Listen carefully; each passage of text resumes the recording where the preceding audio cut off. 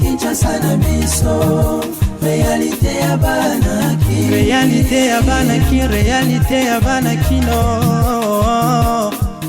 Oui, malamu na balandinyo surtout ya magazine KNB News. Nazali nesengo makasi ya kupresenter bino édition ya KNB News a mokolo na lelo pour na bozali belé na monde entier bolingaka magazine Kinshasa na biso po ezali magazine moko o epesaka bino ba information ya République démocratique du Congo surtout mingi ya ville ya Kinshasa. Olandi malamu bana ya lukunga tango ekoki biso nyonso sima ya Jimmy Mukendi Chimanga tofongola édition ya mokolo na lelo na retrait oyo ya ba force régionale EAC bauti ko quitter sol ya République démocratique du Congo ba kei po ezalaki signé déjà utakala esengelaki bango bakende po bazala remplacer epai ya ba force ya SADC tolanda ba force régionale ya communauté ya Afrique de l'Est bazalaki awa na Nord Kivu ya République démocratique du Congo na tina ya kotala to pe kobatela mboka ya RDC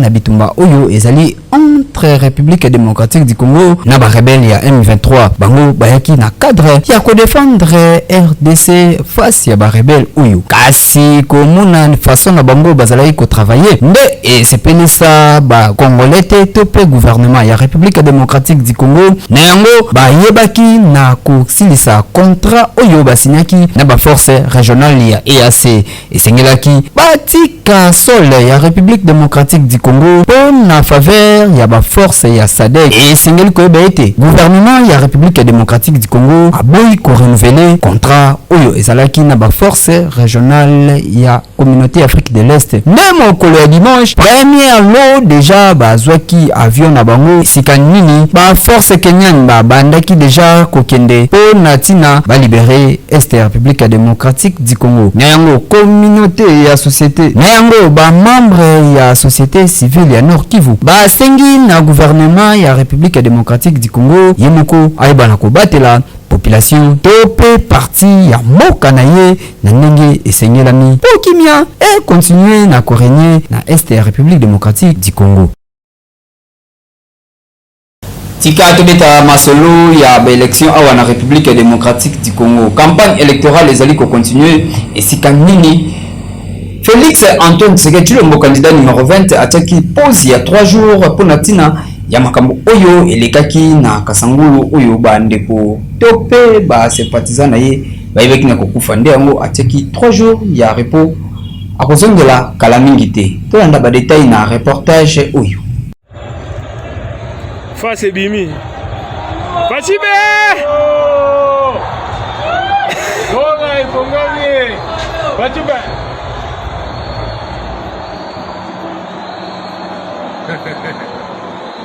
Ça se passe à Lubumbashi.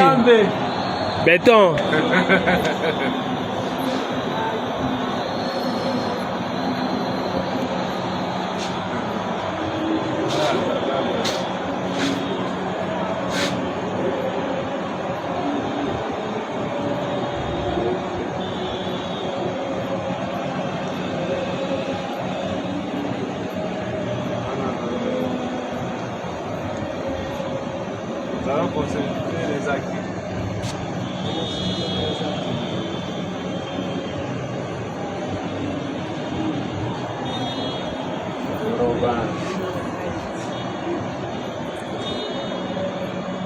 En même temps, message oyo ezali pour na ba électeur ni surtout oyo balingaka numéro 20 Félix Antoine Tshisekedi Tshilombo.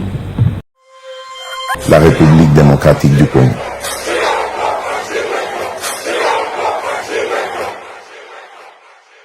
Esengeli koyeba ete Denis Sesanga oyo azali candidat président à l'élection en 2023 awa ayebi na kodésiste a jeté éponge na faveur ya Moïse Katumbi Tshwapo esika nini akei korejoindre ye mpo bakontinue mosala elongo tolanda badetail na elema oyo.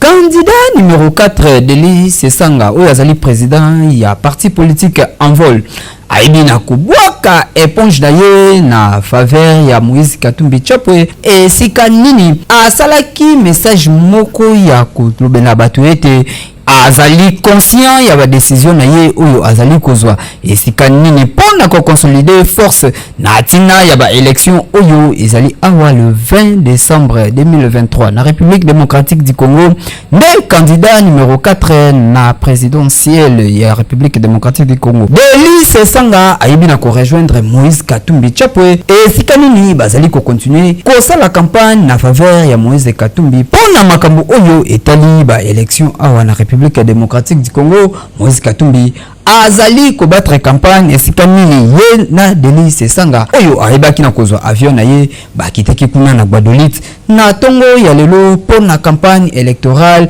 esika nini Delis Sanga na ba membre nyonso ya envol bazali kopesa maboko epai ya Moïse Katumbi Chapwe ezalaki na nzela ya port de presse oyo tolanda à l'errance et à l'exil ainsi qu'à l'abandon de l'exercice de leurs droits, notamment celui de voter ce 20 décembre 2023.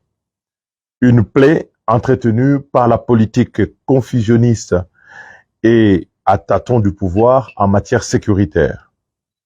La situation est tout aussi critique dans nos quartiers, dans nos foyers, confrontés à la pauvreté, l'insécurité et aux tensions communautaires, alimentées par un pouvoir finissant à travers un discours ouvertement clivant de la stigmatisation et de la division de la nation. Critique au niveau de la stabilité politique, puisqu'à l'approche des élections, sans fichier fiable, ni cartographie certaine, avec des cartes d'électeurs souvent illisibles et sans admission de la diversité de l'observation électorale indépendante, Candidat numéro 707 na Lukunga P303 na commune ya Ngalema Jimmy Mukechimanga asali message oyo pona ba électeur na ye tango ozali ko voter yeba nani oyo ozali ko voter Jimmy Mukenzi abanda ko travailler depuis kala pe population esengeli opesa maboko bana ya Lukunga tango ekoki biso nyonso sima ya Jimmy Mukechimanga Mosaleli, Ndakisa, Molobeli. Ah oui, hein? Voter pour moi, c'est voter pour vous-même. Car je suis comme vous. Je veux vous représenter au Parlement. Molobeli, parce que j'ai porté vos voix comme journaliste et aujourd'hui, je peux le faire comme parlementaire. Ndakisa, par rapport à l'entrepreneuriat, nous avons servi de modèle du courage qui nous a réussi.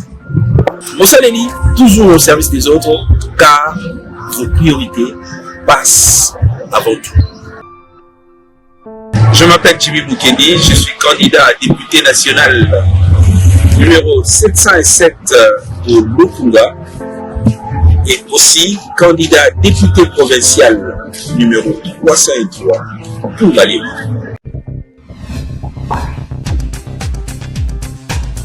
Beltesco toujours un associé à la population de la République démocratique du Congo. Talaba produit Kitoko Oyo Beltesco a présenté les binos.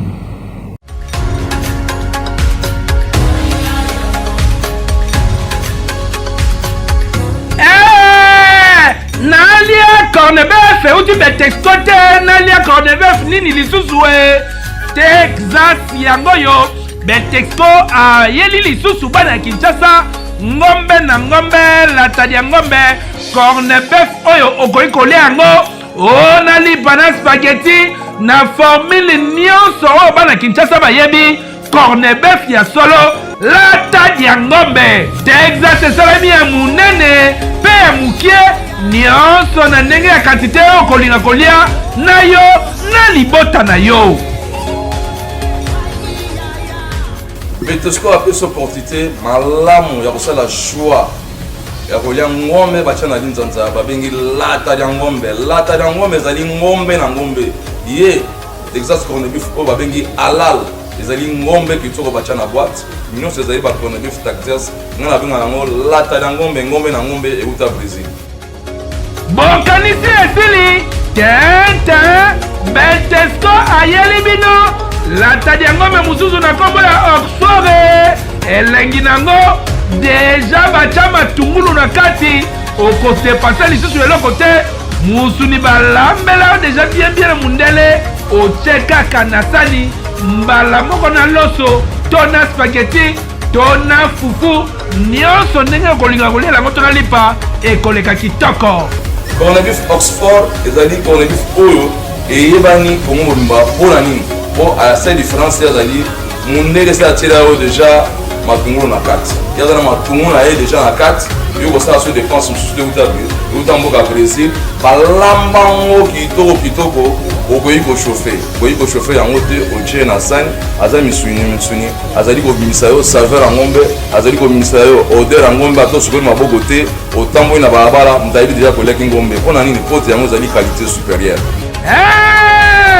Ya boye nanu ezala te kolia malamu biloko ya qualité surtout bacorned beef oyo uti na Brésil cadeau signé Beltexco oyo azali koassure toujours sécurité ya kolia na bino kolia kitoko santé kitoko libota mobimba elengi na elengi ekeyo oui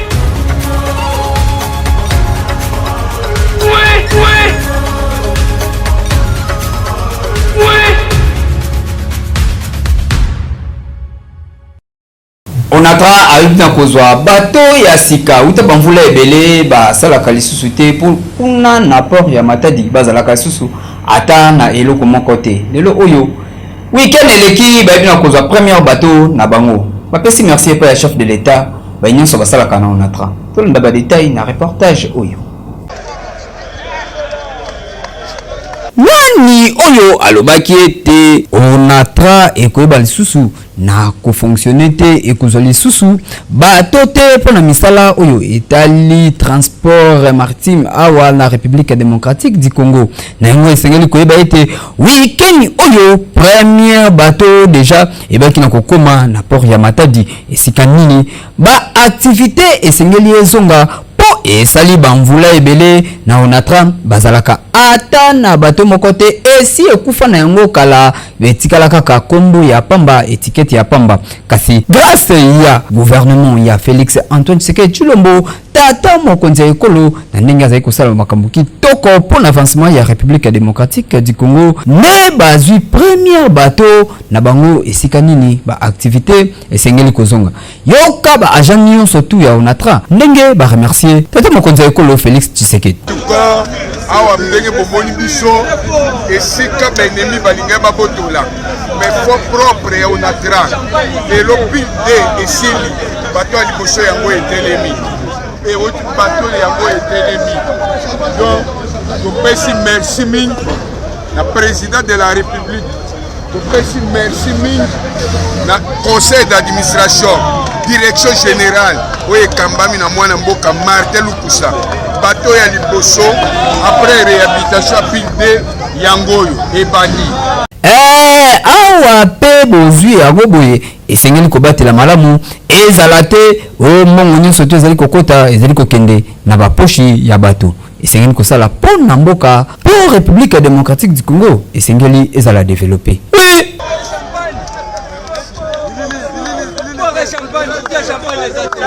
Présidente ya As Vita Club Destine Kazadi azali deshi na poste na ye azali sous présidente te ya As Vita Club ezalaki bongo na nzela ya assemblée générale oyo esalemaki weekend eleki samedi le 2 tolanda.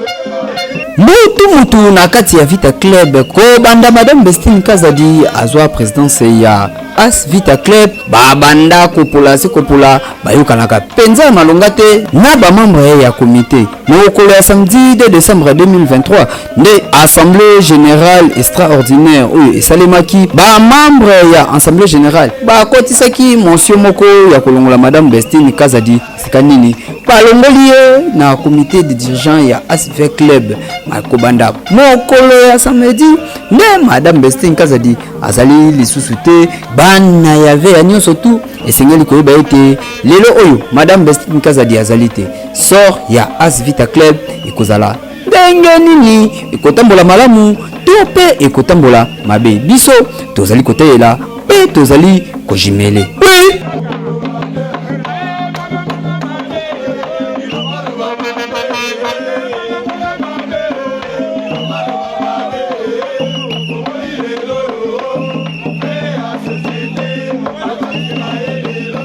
Concert ya Jésus de Nuance Ferregola atombolaki drapeau kuna na Nairobi elekaki ndenge nini na festival monene oyo esalamaki kuna. Awa biso na KNB to présenter lebino extrait ya Ferregola Jésus de Nuance pe ya Innocence bi oyo atombolaki drapeau kuna na Belgique na salle Madeleine elekaki ndenge nini na KNB to proposer lebino ba extrait oyo.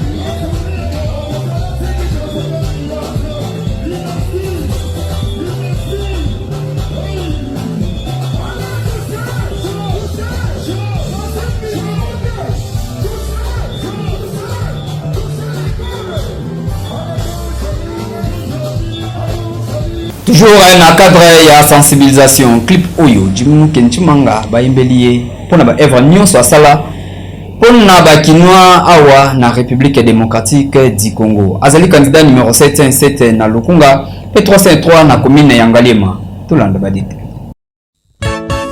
Bana ya Lukunga tango ekoki biso nyonso sima ya Jimmy Kenchimanga Mosaleli Ndakisa Molobeli.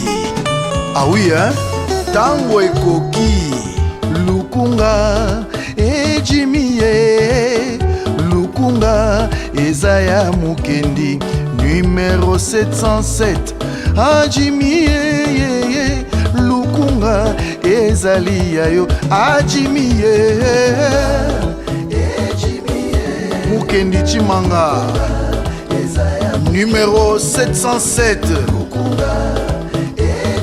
Ah Jimmy Jimmy Mukendi Chimanga numéro 707. Ngaliema Monga Fula Lingwala Ezaya Mukendi. Ngaliema Monga Fula Lingwala Ezaya Mukendi. Lukunga Mobimba Jimmy Ezaya Mukendi. Lukunga Jimmy Lukunga Ezaya Mukendi. Komine ya Kinshasa Barumbu Kombe na Kitambo Ezaya Mukendi. Kinshasa Barumbu yeye Kombe na Kitambo Ezaya Mukendi numéro 707.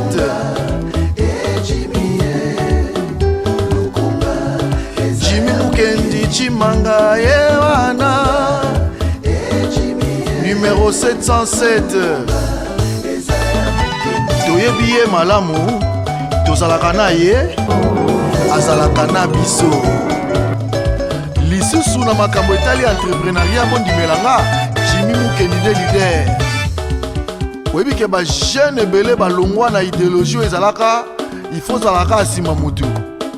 Siko koma penza, idée moko ye ata entreprise kobanga esila. Ba meka esimba pe lelo bakoma ba leader. Balanda nde idéologie ya Jimmy Mukendi Chimanga. Yango tolobi azali ndakisa. Bana lukunga biso nyonso se numéro 707. Topesa ye maboko ekeyo ondimela ngai kolo idéologie ye wana. Bana ya Kaluka, ya Jamaïque, ya Malweka, ya Bwadi, ya Lutendele, ya Mbudi, ya Mitendi, ya Pakajuma, ya Bon Marché, ya Montikile, ya Bova, batata ba mama mpe bilenge ya Kalufungula, ya Kankokolo, Kalwano, Babylone, Chanik, bana ya GB, ya camp des anciens combattants, Tobosanité bana ya Kimwenza, pe bandeko nyonso ya fondation Jimmy Mukendi.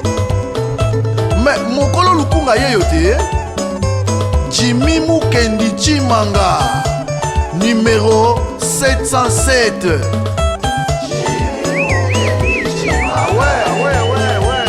Kangango bien, numéro 707. Bisoto poni kaka yo Jimmy Mukendi Chimanga ye. Osala molobeli na biso na parlement. Alukunga ezali ayo. Jimmy Lukunga ezaya Mukendi. Lukunga Jimmy Jimmy bakisela ye molobeli mosaleli pendakisa.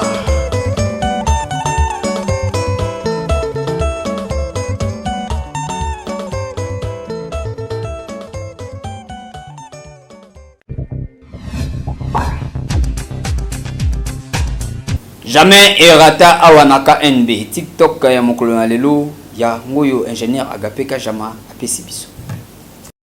Ouais, exaucé qui a la papa Munoko. Boni sangwa bato ba remplaçant Nzambe na ba via baninga. Bino bozala kaka. Bino motoye ba venir ba bozala ba calendrier ba lobi ba tutonde po boseka ba bosala ndenge ni. Décor ilonga l'élève du maître. Ah oui. Boni sangwa bato ba remplaçant Nzambe na via bato. Na benga bon balbitre na matcha bato Nzambe. Matcha bato Nzambe yo misali albitre. Kandenge au footé. Nzambe a sifflé mutu a gagné yo kanza mi-temps. Olali. Boko kufa. Boni bine ne boko to ba bia ba ko suba ni so ne tala ka suki ni ne kote ni ne maki kufa bino. Netinga muto kota lisuli kamunanga ba ochanga na YouTube. Ba ko poster biso na ba page. Ba ko tia de la moti na radio. Tina studio maman ke bi ba tia biso.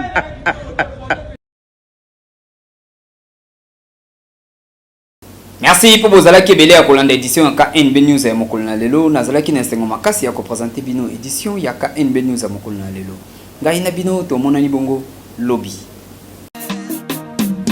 magazine